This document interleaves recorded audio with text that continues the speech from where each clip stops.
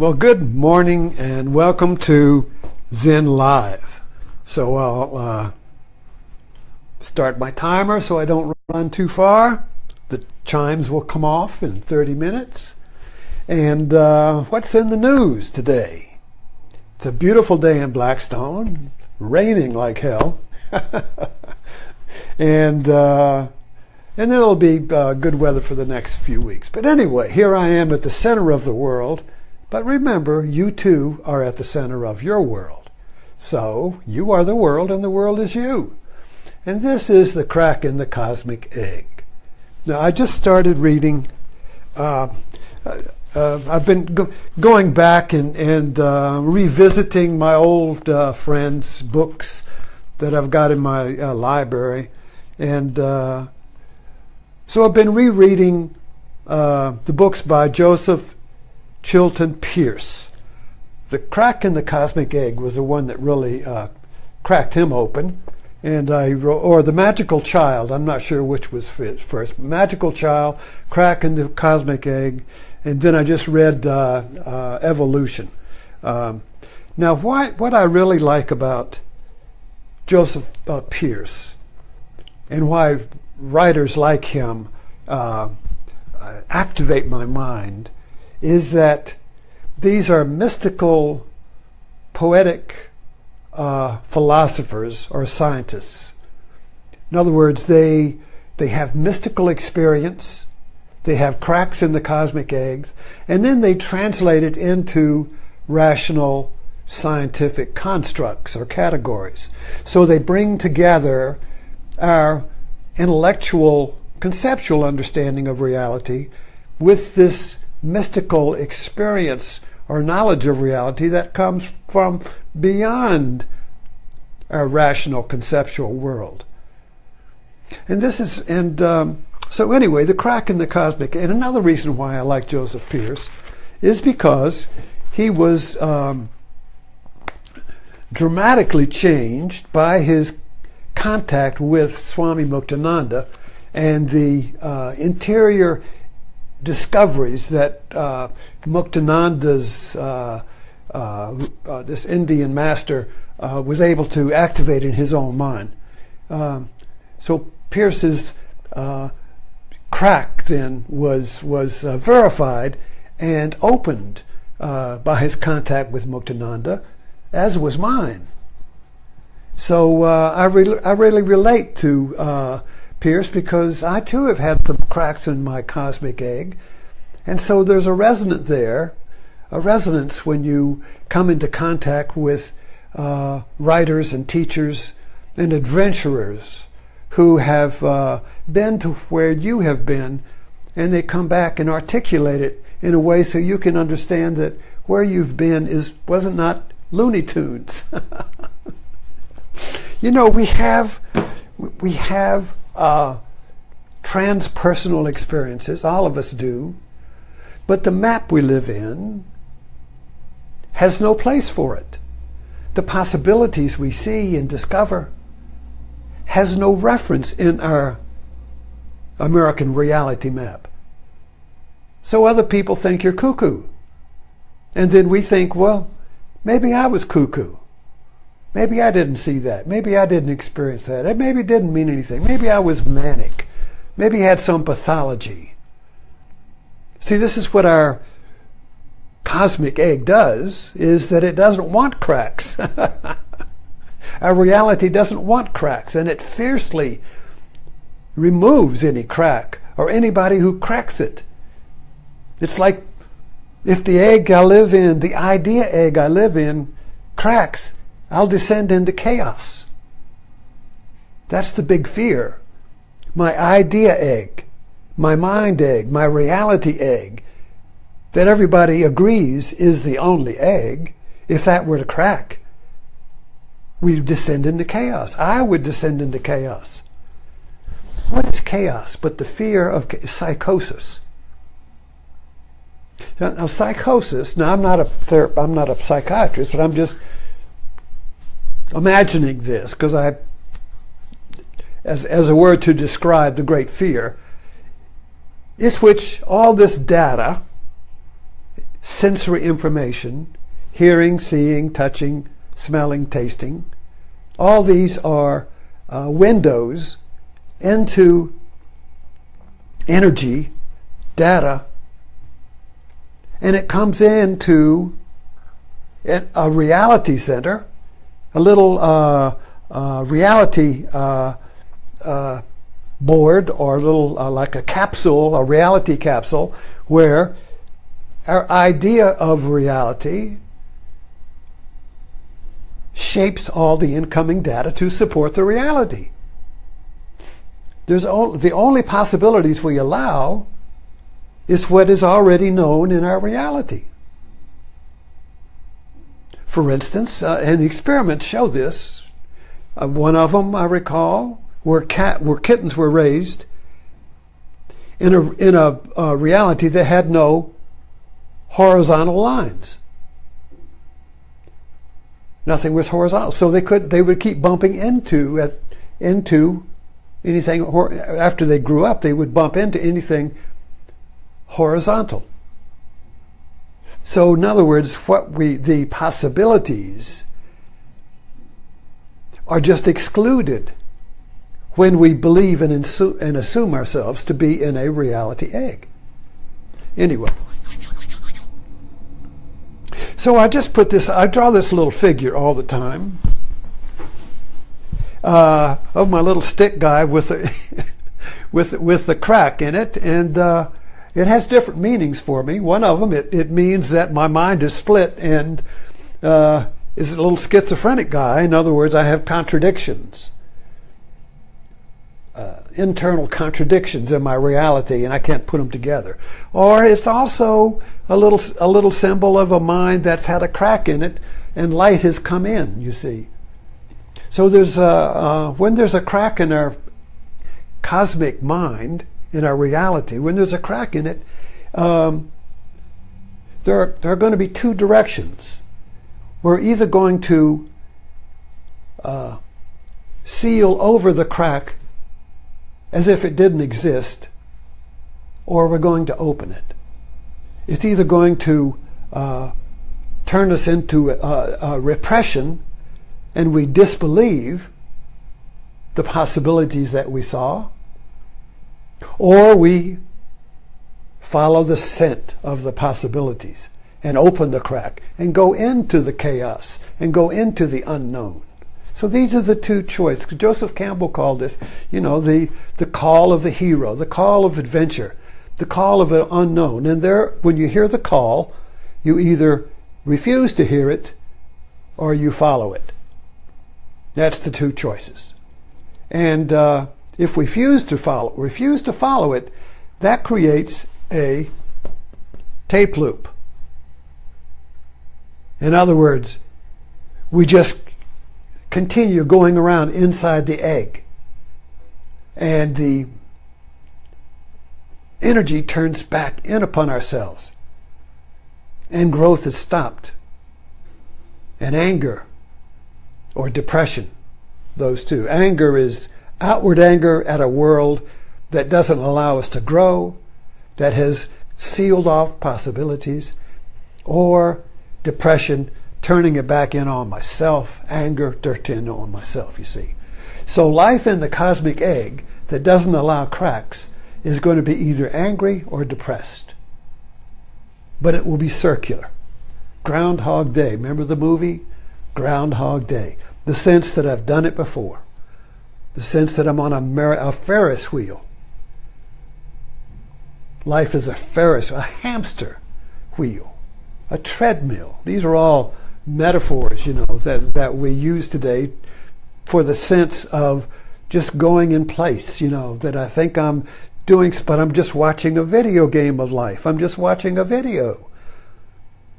And it gives me the illusion of going someplace, but every now and then there's a haunting sense that I'm not going anywhere. I'm just churning. As I walk, I churn a world, you see, on the treadwheel as I walk. I mean, treadmill experiences like that. I'm going somewhere and I got a big screen and it looks like I'm going somewhere on the mountains and I'm going on a little trail and I'm going and seeing all the things on my video and I'm going, but there, and so there's the suspension of belief that the suspension of the realization that I'm just watching a game, you see. And so I just kind of like pretend I'm really running along a mountain trail. But there is an awareness that I'm just in my living room on a treadmill, you see. So there's the suspension in our cosmic egg world. There is a suspension of the belief that it's just a closed space, you see. And I pretend I'm in a real world. I pretend I'm in a real external world, you see. And everyone else pretends too, so we're all in it together. And we all reaffirm our world. And everything we say is based on reaffirming what we believe to be true. A good example of this, and if you listen to people talk, what most people talk about are the grievances, are the pains caused by the world. That clerk at Walmart, the car, they didn't fix it, the mechanic screwed me up. I got cheated by the insurance, or me. I went to Blackstone Family Practice Center last May. Got some phlegm in my chest, and the doctor just said, "Go take some antihistamines, allergies." Well, it didn't clear up. So I went to a little place on Midlothian, First Stop, I don't know, get confused with cat litter, but and they took an x-ray and gave me some antibiotics, cleared it up. And my insurance paid for it, Medicare. So anyway, so then I just got a bill from the practice for $100. So the doctor that gave me told me to take anesthetics charged me $300, and my supplemental didn't pay for it, so I got to pay $100. So I'm saying this because it's just an example of just one more thing where I've been screwed, you see. So this irritation with fate, this irritation with the way the world treats me, it's not fair, it's not just, you see. Basically is an affirmation of my belief that the world is separate from me and is always screwing with me. It's a belief that I'm separate from the world, that I'm in the world as an object just being bumped around like a bumper car, or a bowl of, or a bunch of marbles. See, when I clean my fish bowl, the fish bowl's got a big globe and it's got a bunch of marbles in the bottom. And I clean the bowl, I put it in a little net or a little strainer, and I shake them up. So it's kind of like we're all trying to get our marbles in just the right place, and the world's always shaking it up. And we're pissed off and angry or depressed. It's a worldview. It's an idea of the world in which we live and reaffirm, because everybody else has the same story. Oh yeah, well I know when I got screwed up too. So we all affirm the fact that we're trapped in a cosmic egg that's against us. Something's not right. We're going in the wrong direction. Got to fix the world. Something not's right with the world, you see. That is an idea that generates a reality in which we all live. And it's kind of like I put this up here because I wanted to talk about this. The modern and the postmodern, and then what's coming next. Well, the modern world really was born in the Enlightenment, when the medieval world, the dome of the Holy Roman Catholic Church, that was the dome that covered the whole European civilization as you read your history. First there was the dome of the Roman Empire, and that was replaced by an idea, a religious dome, The Roman Empire was an idea that was enforced by an army. The Holy Roman Empire was the same empire.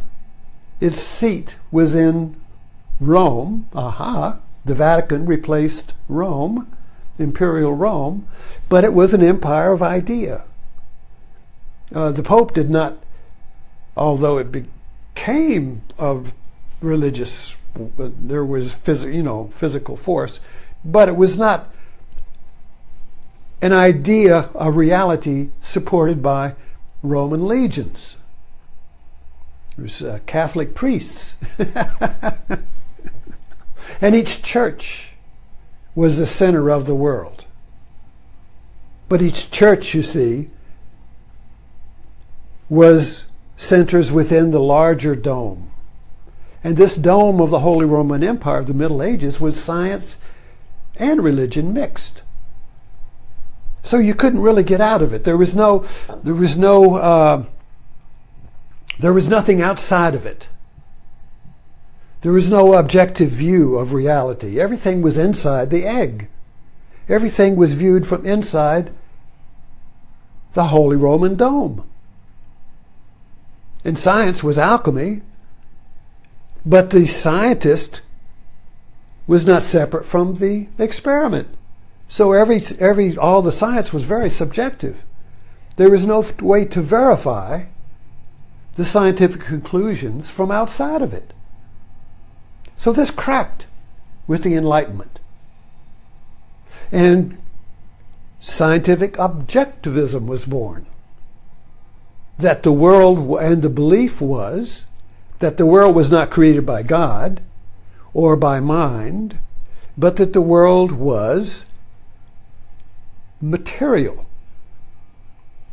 And that our mind was objective, an objective witness of material. The scientist is an objective witness of material. The scientist is kind of like Yahweh, who is outside of creation looking at it. And he can connect the dots and come up with new laws, discoveries, and then you can manipulate the world. You can operate on the world when you discover how it works. And we operate on the world. And we create air conditioning and cars and all kinds of stuff. This is operation on form, you see.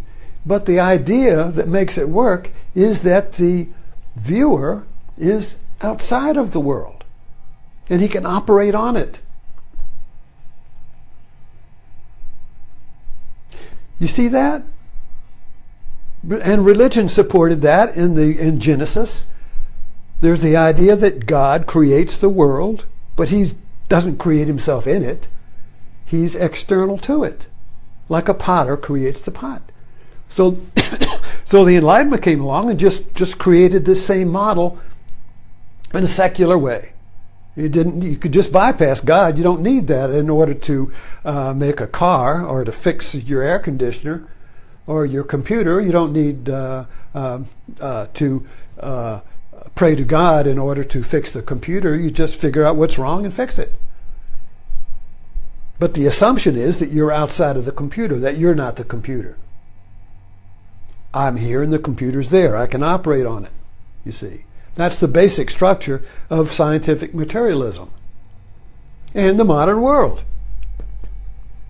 So now we entered the postmodern world, which is the world we're in now. And I'm just going from my, what I've gleaned and what I understand. So I'm certainly you can correct me on the details. But quantum physics cracked the modern world, and the idea that the scientist, the observer, is separate from the reality. In quantum physics, and the classic example is the electron. So if an electron is something object, so if you're going to create an experiment to see what an electron is, if you create an experiment one way, it comes out to be a particle, a thing. It comes out to be a thing in space and time, located like this is a thing, and it's located here. It's not in your room. This is not in your house. This is here. It's located here. It's a particle. It's a thing, you see. But then in another experiment, would say that the electron is a wave. And it's not located anywhere, so it's where you are. It's a wave, an energy wave, a field of potential. A field of potential. It's not anything. It's a field of possibility. So the electron is both a field of possibility, but if you create the experiment in another way, it will be a thing. So what is it? Possibility, a wave, or is it a thing? It's not. It's both. And then I just thought of The Life of Pi. Remember that movie? Love that movie. You had two realities there. At the end, having watched the movie of The Boy with the Tiger, then you also found that there was an alternate reality. There was the boy with the cook. So there was no boy with the tiger. The movie was all a dream. The real reality was that the boy and the cook and his parents and his mother and some others were in a lifeboat, and the ship sank, and they just killed each other. The boy survived. He had to eat the other. I think they ate the other people, and they killed them, and they all disintegrated into madness. And then he landed on the shore, and that was the newspaper report. That was the factual world. That was the empirical world. That was the real world. But then I just watched this whole movie of The Boy with the Tiger, which is the real world.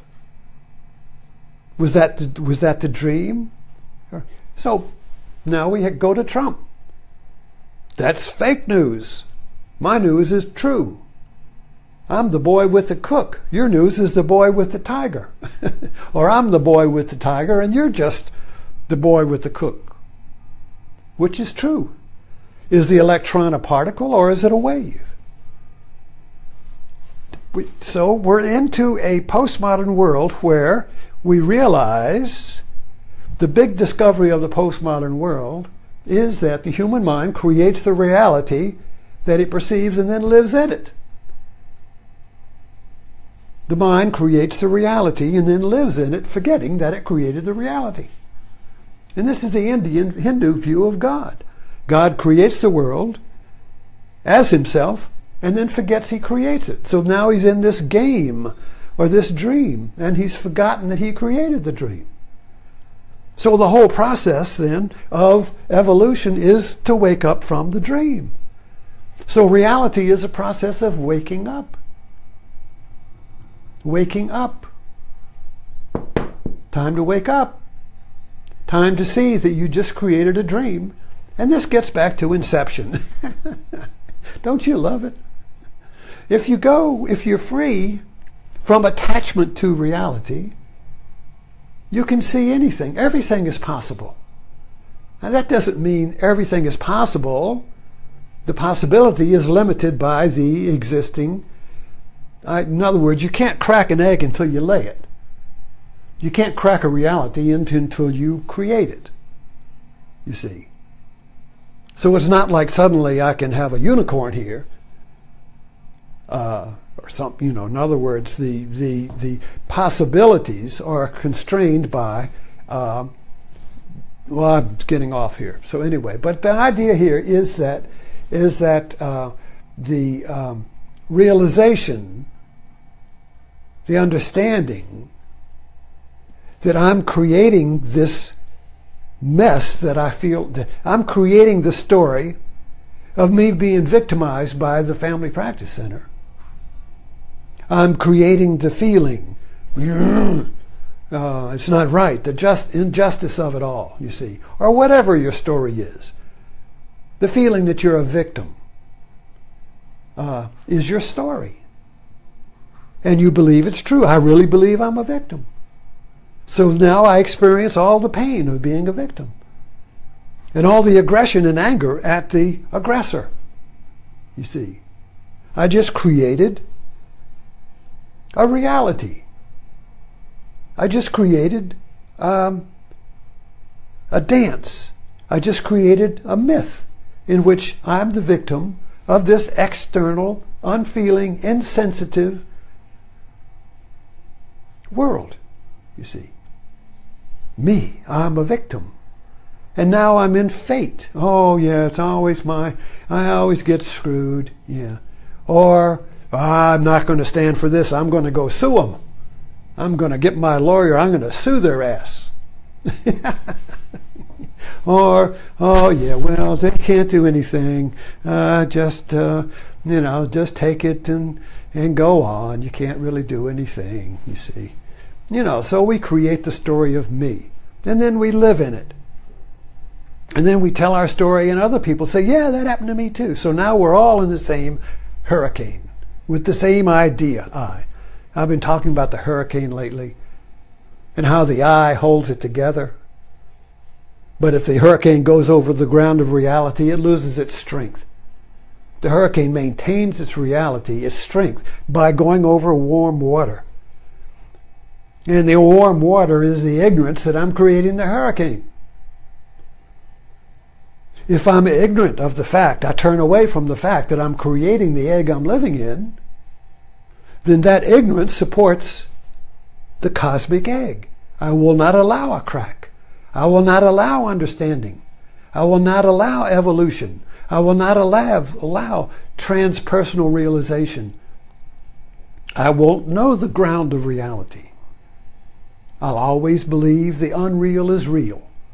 And I will do everything to support that truth that I believe, that my reality is the one and only reality, and that the world was created by chance or something, and now I'm living in it, fighting with it, you see. That's an idea.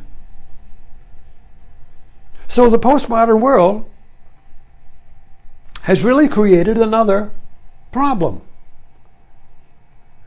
Because if we see that mind creates reality and then lives in it as a dream, then it will assume that all dreams are equally true.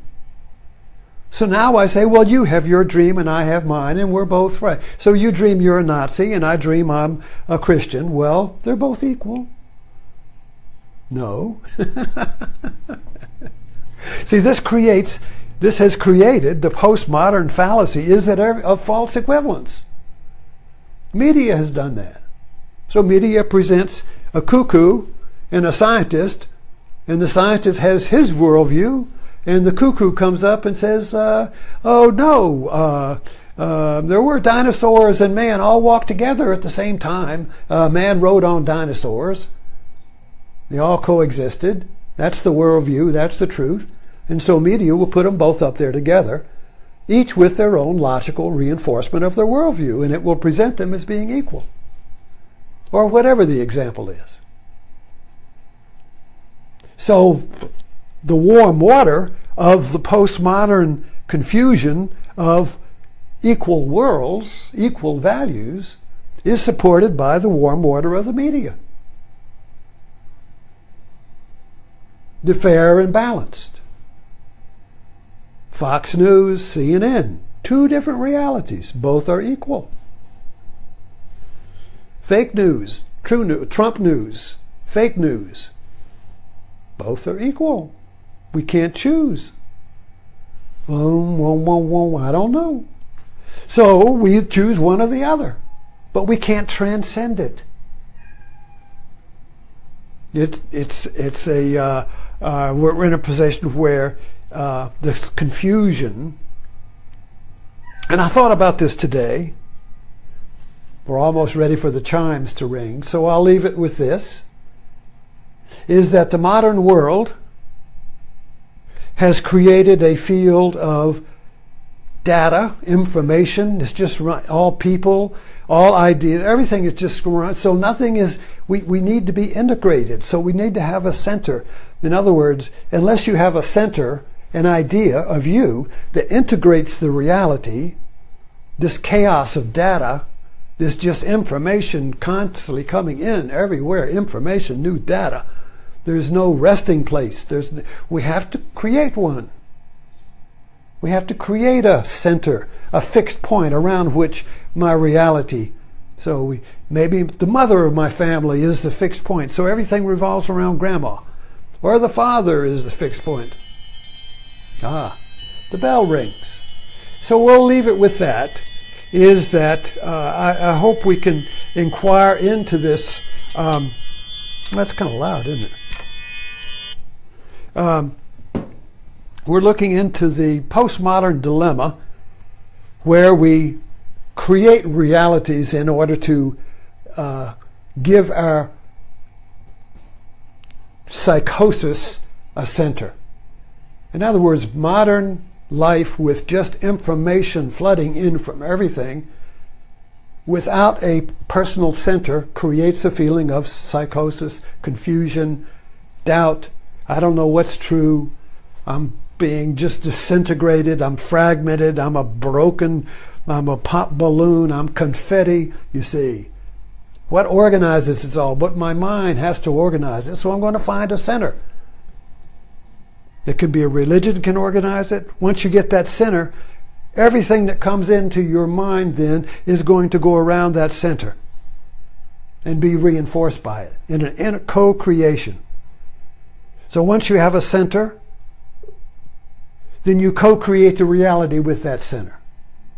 And everyone else in that force field affirms and recreates that reality. So the bigger the force field, the more people you can get in there, the more affirmed you are that what you perceive is a real world. That's why one person is crazy. Because nobody affirms the world he sees. But if he converts a whole bunch of people, well, then you have Jim Jones, who created a reality in which the people there affirmed, you see. But as you know, well, anyway, I'm moving on, so we'll keep there. We'll end this with today, and so I'll see you this evening at Martini time.